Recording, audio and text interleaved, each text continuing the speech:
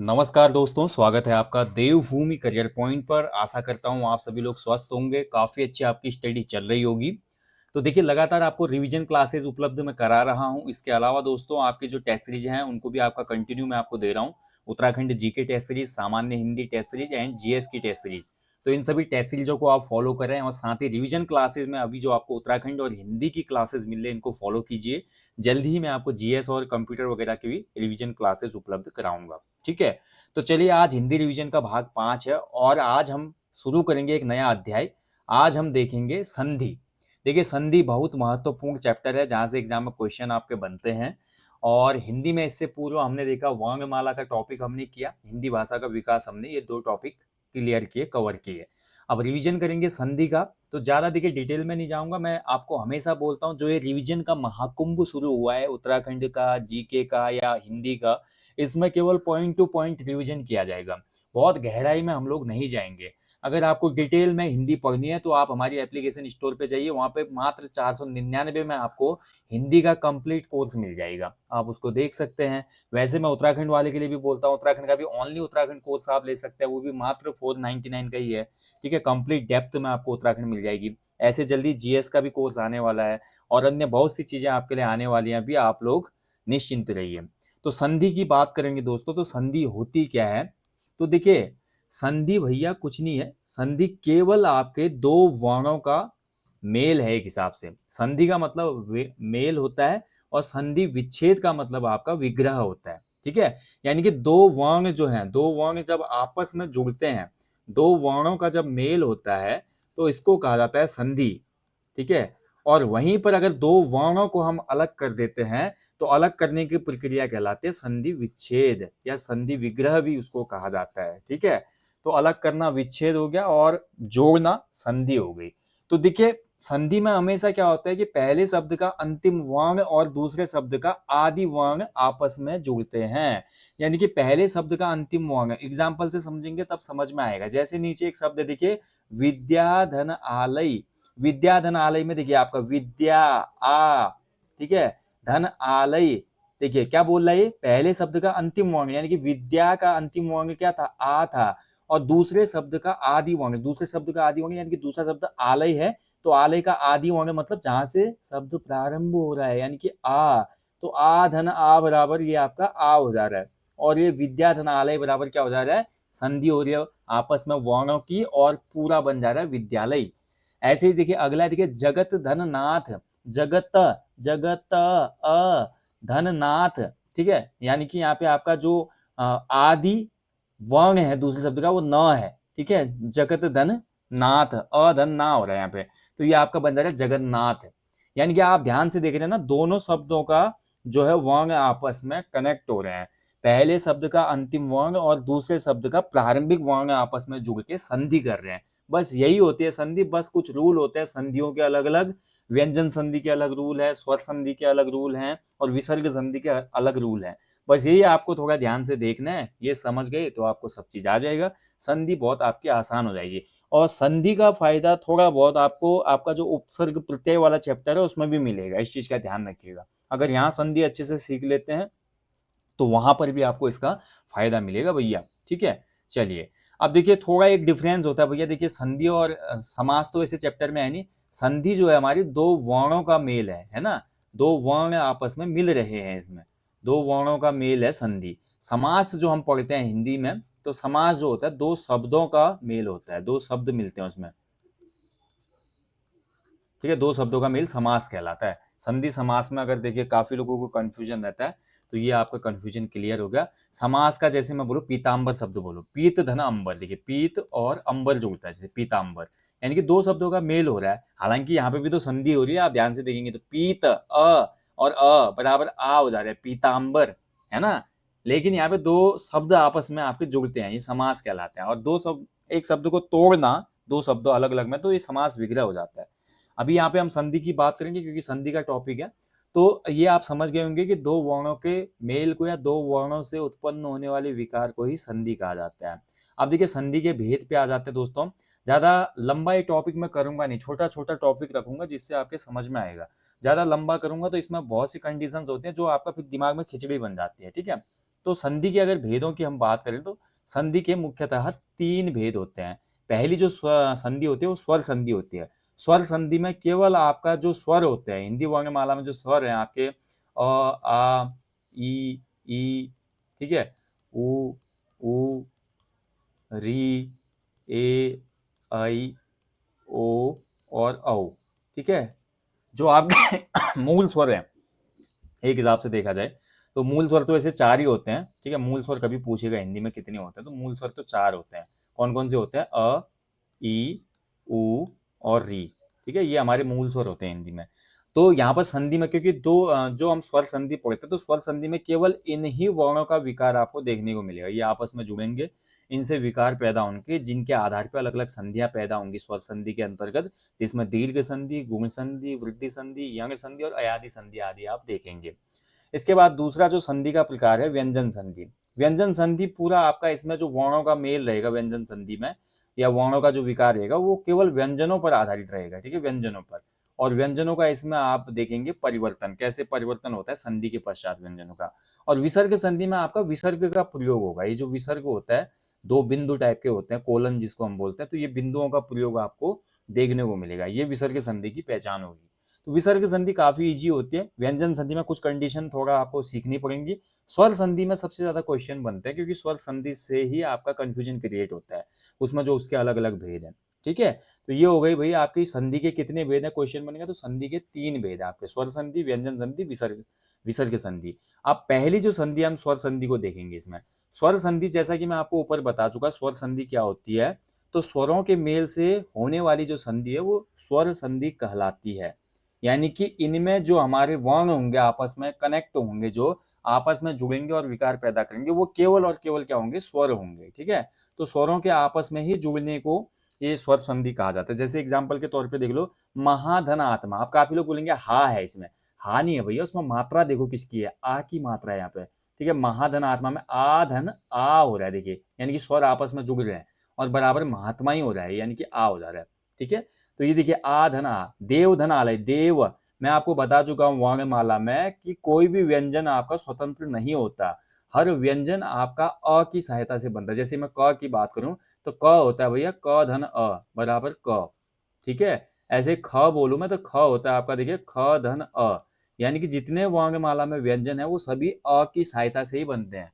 इसलिए जैसे देव धन आलय है, देखिए देव धन आलय में देव अ, देव धन आलय, ठीक है, यानी कि देखिए फिर से अ धन आ जुड़ गया यहाँ पे, तो यानी कि केवल स्वरों की संधि होगी स्वर संधि के अंतर्गत, ठीक है। तो ये आपको पढ़ना है ध्यान से। अब स्वर संधि के भेद होते हैं अलग अलग, जिसमें पहला जो भेद है देखिए आपका दीर्घ संधि, दूसरा गुण संधि, वृद्धि संधि, यंग संधि और अयादि संधि। तो ये 5 भेद है और जहां से मोस्ट क्वेश्चन बनते हैं एग्जाम में, मैक्सिमम क्वेश्चन इन्हीं टॉपिक से बनते हैं। व्यंजन संधि और आपका विसर्ग संधि आयोग कम पूछता है, क्योंकि इनसे क्वेश्चन ऐसे निकल के आते हैं कि जिसमें थोड़ा बहुत दिमाग लगाना पड़ता है। तो इसलिए आपको इन 5 संधियों को बहुत ध्यानपूर्वक समझना है, ठीक है। तो चलिए सबसे पहले स्वर संधि क्वेश्चन बनेगा आपका एग्जाम में। संधि क्या है, तो वर्णों का मेल है, विकार है, संधि। इसके बाद क्वेश्चन बनेगा संधि के कितने भेद है, 3 भेद है भैया आपका, स्वर संधि, व्यंजन संधि और विसर्ग संधि। इसके बाद आपका क्वेश्चन बनेगा कि स्वर संधि के कितने भेद हैं, तो स्वर संधि के भी अपने आप में भेद है भैया, कितने, 5 भेद, ठीक है।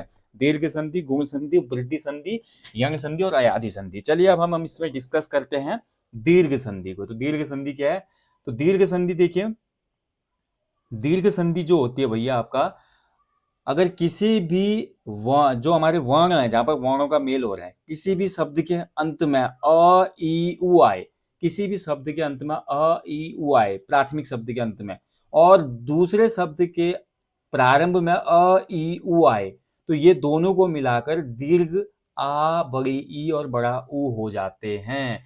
यानी कि दीर्घ से आपको ये सिंपली समझना है कि जहां पर स्वरों के अंदर ह्रस्व स्वर मिल रहे हैं, ह्रस्व स्वरों की मात्राएं आपस में मिलकर आपका दीर्घ स्वर बना देंगी। मैक्सिमम केसेस में ऐसा होगा, या आपका ह्रस्व दीर्घ मिलेगा तो उससे भी दीर्घ ही बनेगा। इसकी कंडीशन है ह्रस्व से ह्रस्व स्वर अगर मिलेगा तो दीर्घ बनेगा, देखिए, ठीक है। और वहीं मैं आपको बोलूं एक छोटा स्वर होगा, एक ह्रस्व होगा और एक दीर्घ होगा, तो इससे भी आपका क्या बनेगा, दीर्घ ही बनेगा, ठीक है। ये समझना, जैसे एग्जांपल के तौर पे देखिए मत धन अनुसार, यहां पर क्या हो रहा है देखिए, मत अ, मत धन अनुसार अ, अधन अ, ये हो जाएगा मतानुसार। देखिए आपका जब त में अ जुड़ा है यहाँ पे, इस अ में अ जुड़ा तो ये आ हो गया, अधन आ बराबर आ। देवधन आलय, ठीक है, फिर से ऊपर जो हमने लिखा था अधन आ हो गया, देखिए यहाँ पे, तो ये हो गया देवालय, अधन आ बोल के क्या हो गया आ, बड़ा आ हो गया।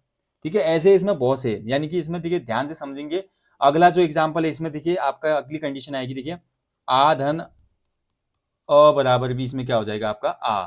एग्जाम्पल के तौर पे मैं बोलूँ इसमें शब्द, तो ये आपका कोई शब्द लेते हैं जैसे कि देखिए सीमा, सीमा धन अंत ठीक है, इसमें देखिए सीमा आ धन अ, ठीक है, ये आपका क्या हो जाएगा सीमांत, है ना।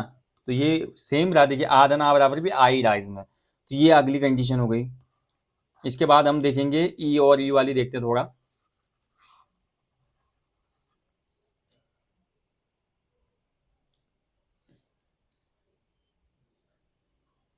ठीक है, नेक्स्ट देख लेते हैं आप, देखिए जैसे कि ये तो अ की कंडीशन पढ़ लिया हमने, अब अगला ई का देखते हैं। देखिए ई धन ई बराबर ई धन ई, छोटी ई बराबर और छोटी ई जुड़ के बड़ी ई हो जाएंगे। जैसे एग्जांपल के तौर पे मैं बोलूँ, आपका कोई शब्द ले लेते हैं जैसे कि रवि, रवि धन इंद्र, ठीक है, रवि धन इंद्र। देखिए रवि में छोटी की मात्रा है, यहाँ भी छोटी ही है आपकी, तो ये हो जाता है आपका रविंद्र, ठीक है, रविंद्र हो जाते हैं। देखिए तो बड़ी ही हो गई ना, तो ये बड़ी हो गई। और ऐसे जैसे हम एग्जाम्पल लेते हैं ऊ धन ऊ का भी ले लेते हैं। देखिए छोटा ऊ धन छोटा ऊ, देखिए छोटा बड़ा मिलेगा तो बड़ा ही होगा, और दो छोटे भी मिलेंगे, ह्रस्व स्वर भी मिलेंगे, तो फिर आपका बड़ा ही दीर्घ स्वर हो जाएगा। ठीक है, छोटा ऊ धन छोटा ऊ का एग्जाम्पल एक ले लेते हैं तो समझ में आ जाएगा, जैसे कि भानु धन उदय, भानु धन उदय, ठीक है, दोनों में देखिए छोटा ऊ है। अब ये बन जाता है फिर अगर जब इसकी संधि करते हैं तो भानुदय, तो बड़ा ऊ बन जाता है। देखिए बड़ी ऊ की मात्रा आ गई, है ना। और ऐसे ही एक दो शब्द और ले लेते हैं, जैसे कि आपका भूधन ऊष्मा, ठीक है, भू धन ऊष्मा, ठीक है, भूधन ऊष्मा में देखिए आप यहाँ बड़ा ऊ है और यहाँ छोटा ऊ है, इसका भी बन जाता है भूष्मा। भूधन ऊष्मा बराबर क्या बन जाता है भूष्मा, यानी कि छोटा ऊ और बड़ा ऊ मिलकर भी बनाएंगे बड़ा ऊ। यानी कि दीर्घ संधि में आपका कोई भी स्वर हो, कोई भी स्वर में मतलब आपका जो मैं ऊपर बता चुका हूं आपको, अ ई उ, यानी कि अ छोटी ई छोटा ऊ के पश्चात अगर अ छोटा ई और ऊ आते हैं, या इसके अलावा आ ई और बड़ी ई और बड़ा ऊ आते हैं, तो इसमें हमेशा दीर्घ स्वर आपका आ बड़ी ई और बड़ी ऊ हो जाता है। यही दीर्घ स्वर की, दीर्घ संधि की पहचान है। ठीक है, चलिए समझ में आ गया होगा। अब इसके बाद अगली संधि की तरफ चलते हैं। अगली संधि है गुण संधि। गुण संधि में अगर देखिए आपका वर्ण के अंत में आ के बाद, अ या आ के बाद अगर ई या बड़ी ई, ऊ या बड़ा ऊ या री आए, तो क्रमशः उस स्थान पर ए ओ या अर हो जाता है।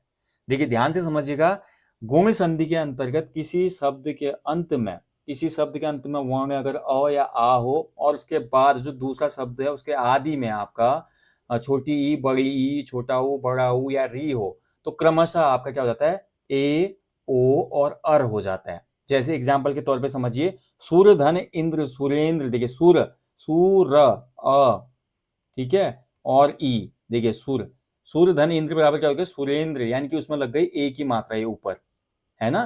तो अ धन ई बराबर क्या हो गया आपका ए, ठीक है। और ऐसे देखिए पर धन उपकार, पर धन उपकार अ, पर अ धन छोटा ऊ, तो ये हो गया हमारा परोपकार, तो अ धन ऊ बराबर क्या हो जाता है ओ, ठीक है, परोपकार, देखिए। और ऐसे देव धन ऋषि, यानी कि देव अ धन आपका री, ठीक है, री का लोप हो गया इसमें, ये बन गया आपका फिर देवर्षि, ठीक है, यहाँ पे देवर्षि बन गया, तो ये क्या हो गया अधन री बराबर अर, तभी तो देवर्षि बोल रहे हैं ना हम, देवर्षि, समझ गए ना। तो गुण संधि की ये पहचान है। गुण संधि में और आके बाद अगर ये चार वर्ण आते हैं आपके, छोटी ई बड़ी ई छोटा ऊ बड़ा ऊ या री, ये पांच वर्ण आते हैं, तो क्रमशः आपका अ आ के बाद ई आने पर ए हो जाता है, और अ आ के बाद अगर ऊ आता है तो फिर आपका ओ हो जाता है उस कंडीशन में, और री आता है तो अर हो जाता है। ठीक है, ये आपको समझना है। बहुत से एग्जाम्पल है अभी गुण संधि के, अगर देखिए लंबा हो जाता है फिर सेशन, इसलिए मैं आपको यहाँ पे डिस्कस नहीं करना चाह रहा। जैसे कि और एग्जाम्पल हम ले लेते हैं, जैसे मैंने सुर धन इंद्र वाला लिया, और ऐसे ही हमारा पुष्प धन इंद्र पुष्पेंद्र हो जाता है, नर धन ईश नरेश हो जाता है, परम धन ईश्वर हो जाता है, परमेश्वर हो जाता है। देखिए, ठीक है। और ऐसे में अगर आ और ई का बताओ, महाधनीश हो जाता है महेश, और राका धनीश हो जाता है राकेश, और ऐसे अ धन ऊ का बताऊं तो सूर्य धन ऊर्जा, सूर्य ऊर्जा हो जाता है, ठीक है। और उसके अलावा देखिए आपका आ धन ऊ का ओ अगर मैं बनाऊं तो महाधन उदय हो जाता है, महोदय, ठीक है, महाधन उदय। देखिए इसमें क्या हो रहा है, देखिए आ धन ऊ हो रहा है, बराबर ओ हो जाता है, ठीक है, महाधन उदय बराबर महोदय, है ना। तो यानी कि आ धन ऊ बराबर आपका ऊ, जहां पर ऊ जुड़ रहा है तो ओ होगा, जहां पे ई जुड़ रहा है तो ए हो जाएगा, और जहां पर री जुड़ रहा है तो आर हो जाएगा, अ या आ के बाद। बस इतना ही है, इसमें ज्यादा कुछ नहीं है, सिंपली समझ लेना आपने। तो ये गुमिल संधि की पहचान है। इसके बाद जो अगली संधि आती है वो है वृद्धि संधि। वृद्धि संधि जैसा नाम से पता चला, वृद्धि होती है इसमें, वृद्धि यानी कि बड़ी मात्राएं बनेंगी। अब देखिए अ या आ के बाद अगर ए ऐ आता है तो इसमें ऐ हो जाता है। अगर अ या आ के बाद अगर आपका ए आई कुछ भी आए तो ये आपका आई हो जाएगा। अ या आ के बाद अगर ओ आए या औ आए तो ये हमेशा औ हो जाएगा, यानी कि इसमें वृद्धि यानी कि दीर्घ स्वरी होगा हमेशा।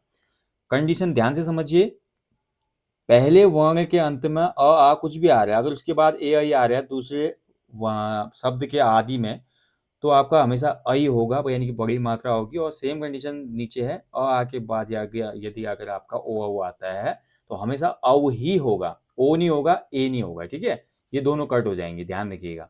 तो हमेशा इनकी जो दीर्घ मात्रा है वही आपके आगे आएगी। एग्जाम्पल के तौर पे समझिए, सदा धन एव, सदा यानी कि आ, धन एव यानी कि ए, क्या हो जा रहा है, देखिए सदैव हो जा रहा है, ठीक है, सदैव। अब सदैव में दे के ऊपर किसकी मात्रा है, आई की, देखिए समझ गए ना। अब ऐसे देखिए महाधन औसत, महा आ धन औसत औ, ठीक है, ये क्या हो जा रहा है, महोसद, महोसद, यानी कि आ धन औ बराबर भी क्या हो जा रहा है आपका औ ही हो रहा है। जैसे कि मैं बता चुका हूँ, बड़ी मात्रा होगी। वृद्धि संधि की बस यही पहचान है। अब देखिए एक ओ वाला करते हैं इसमें, ठीक है, एक ओ वाला लेते हैं एग्जाम्पल को, थोड़ा समझ में आएगा। जैसे कि आपका ओ का एक एग्जाम्पल मैं इसमें लेना चाहूंगा, महाधन, महाधन ओजस्वी, ठीक है, महाधन ओजस्वी। तो ये देखिए आपका महा आ धन ओ हो जा रहा है, तो क्या हो जाएगा, आधन ओ, मैंने क्या बोला ऊपर, आधन ओ हमेशा औ हो जाएगा। तो महाधन ओजस्वी को जब हम जोड़ेंगे तो ये क्या हो जाएगा हमारा, तो ये हो जाएगा महोजस्वी, ठीक है, महोजस्वी, ठीक है। ऐसे एक एग्जाम्पल और ले लेते हैं हम, ए आई का ले ए और आई का ले लेते हैं। जैसे कि आपका सदा धन है तो मैंने ले लिया, सदैव ले लिया, ठीक है। ऐसे आपका एक क्वेश्चन हमेशा बनता है, मेरे को अभी याद नहीं रहा, मत, हाँ मत, मत धन ऐक्य, ये क्वेश्चन बहुत बार एग्जाम में बनता है, मत धन ऐक्य। देखिए तो यहाँ पर देखिए अ है और यहाँ पे आई पहले से है, और आई भी मिले तो आई ही बनेगा, तो ये बन जाएगा मतैक्य, ठीक है, मतैक्य, दो मात्राएं होंगी ऊपर, ठीक है, मतैक्य। तो ये एग्जाम्पल आपका एक क्वेश्चन बनता है एग्जाम में। इसके अलावा आपका एक दो क्वेश्चन और बनते हैं यहाँ से, जैसे तथा धन एव, तथा धन एव, ठीक है, इसमें क्या हो रहा है, देखिए आ धन ए, क्या हो जाएगा, आ धन ए भी हो तो आई हो जाएगा, ठीक है। तो जोड़ दीजिए आप तथा धन एव को, तो ये हो जाएगा आपका तथैव, ठीक है। सिंपल है ना, ज्यादा कठिन है नहीं, ऐसा खाली लगता है आपको कि बहुत कठिन है। संधि का चैप्टर बहुत सिंपल चैप्टर होता है, ठीक है। ऐसे चलिए एक हमारा दंतोष्ट ध्वनि बोलते हैं हम, देखिए दंत धन ओष्ठ, ठीक है, दंत धन ओष्ठ, देखिए दंत अ धन ओ, तो क्या बोला मैंने, अ धन ओ हो या अ धन औ हो, बनना औ ही है। तो वहां ऊपर वाली कंडीशन में आ धन ए बनना है या अ धन ए बराबर आई ही बनना है, ठीक है। तो यहाँ पर देखिए दंतोष्ट हो जाएगा, इसका जो संधि होगी तो ये हो जाएगा आपका दंतोष्ट, ये हो जाएगा इसका, ठीक है। तो ये भैया वृद्धि संधि है आपकी, तो ज्यादा डिफिकल्ट है नहीं संधि। तो ये आपने देख लिया वृद्धि संधि, ठीक है। अब देखिए इसके बाद अगले अंक में, ज्यादा मैंने देखिए लंबा नहीं करूंगा सेशन, इसी को आप ध्यान से देखेंगे तब समझ में आएगा। इसमें आपको संधि समझ आएगी, संधि के तीन भेद समझ आएंगे, उसके बाद स्वर संधि के जो हमने दीर्घ संधि, गुण संधि और वृद्धि संधि की, वो अच्छे से आप समझ गए होंगे। अगला जो टॉपिक आएगा उसमें देखेंगे यंग संधि और अयादी संधि और अन्य टॉपिक्स को, ठीक है। चलिए दोस्तों, यहीं पे मैं सेशन को समाप्त करता हूँ। बाकी आपसे जल्दी मुलाकात होगी नेक्स्ट सेशन में। इन रिविजन क्लासेस का मुफ्त में फायदा उठाएं, बहुत ज़्यादा हेल्पफुल रहेंगे आपके सभी ग्रुप सी एग्जाम्स के लिए। और इसके अलावा जो अन्य आपके टॉपिक आ रहे हैं, लाइक जो टेस्ट आ रहे हैं आपके रोज शाम को, उनको भी आप फॉलो कीजिए। उत्तराखंड जीके टेस्ट, सामान्य हिंदी टेस्ट और सामान्य अध्ययन टेस्ट। इसके अलावा आगामी ग्रुप सी एग्जाम्स के लिए एप्लीकेशन स्टोर पे हमारे 100 फुल लेंथ प्रैक्टिस सेट्स चल रहे हैं, बाइलिंगुअल प्रैक्टिस सेट्स महाकुंभ, उसको आप इनरोल कर सकते हैं। इस वीडियो के डिस्क्रिप्शन बॉक्स में लिंक है। यहीं पे सेशन समाप्त करूंगा दोस्तों। जाने से पहले हमेशा की तरह अपने जीवन में कम से कम एक पेड़ लगाएं और लोगों को भी इसके लिए अवेयर करें। Thank you for watching. जय हिंद, जय देवभूमि।